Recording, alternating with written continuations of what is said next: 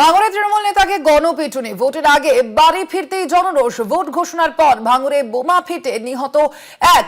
আমরা বিষয়ে কথা বলবো, আমাদের সঙ্গে এই মুহূর্তে ফোন লাইনে রয়েছেন প্রতিনিধি জাহাঙ্গীর। জাহাঙ্গীর, ঠিক কি ঘটনা জানা যাচ্ছে, কি অভিযোগ সামনে আসছে, পুলিশ সূত্রে এখনো পর্যন্ত কি খবর? দেখো, ভাঙড়ের বামুনি এলাকার ঘটনা। সেখানে তৃণমূল নেতা বাড়ি ফিরতেই তাকে জনরোষের মুখে পড়তে হয়। স্থানীয় সূত্রে যেটা জানা যাচ্ছে যে ভোট ঘোষণা হওয়ার পর ভাঙড়ের বামুনিয়া এলাকায় সেখানে বোমা বিস্ফোরণ ঘটে, যার ফলে এক ব্যক্তির মৃত্যু হয় এবং একাধিক ব্যক্তি আহত হয়।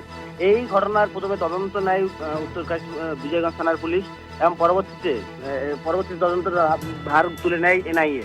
তবে গতকাল রাতে যখন অভিষেক ব্যানার্জি দিনের বেলা যখন প্রোগ্রাম করে ফেরেন, তখনই কিন্তু এই তৃণমূল নেতা ওহিদুল ইসলাম যখন বাড়ি থেকে ফেরার পথে তখনই আচমকায় তার উপরে আক্রমণ শুরু হয়। এলাকার মানুষজনের প্রতি জনরোষ তৈরি হয়, সেখানে তাকে বেধড়ক মারধর করা হয়।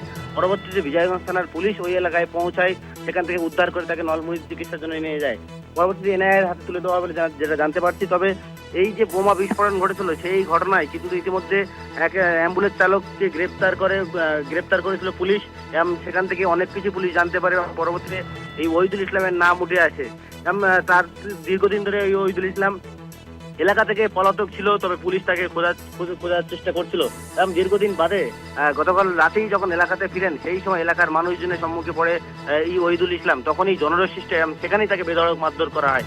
তবে এনআইএ টিম তারা এই ওহিদুল ইসলামকে হাতে তুলে নিচ্ছেন এবং এই যে বিস্ফোরণ ঘটনার সাথে আরো কারা জড়িত আছে সেটা নিয়ে কিন্তু তদন্ত শুরু হচ্ছে এবং আইএসএফ এর পক্ষ থেকে তারা সরাসরি বলবার চেষ্টা করছে যে ভোট ঘোষণা হওয়ার পরে এলাকায় অশান্তি সৃষ্টি করার জন্য তৃণমূল কংগ্রেসের নেতৃত্বে বোমা তৈরি করা ছিল। সেই সময় সেই বোমা বিস্ফোরণ ঘটে, যার ফলে একজনের মৃত্যু হয় এবং এই যে বোমা বিস্ফোরণের মূল চক্রী ওহিদুল ইসলাম বলে তারা দাবি করছেন এবং সেই কারণে এলাকায় অশান্তি তৈরি করছিল ওহিদুল ইসলাম, যার কারণে ওহিদুল ইসলাম যখন এলাকা ফিরছিল তাকে মারধর করা হয় এবং জনরোষ সৃষ্টি হয়।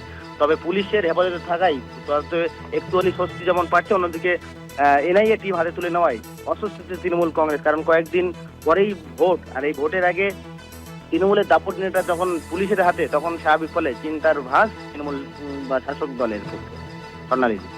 ধন্যবাদ জাহাঙ্গীর।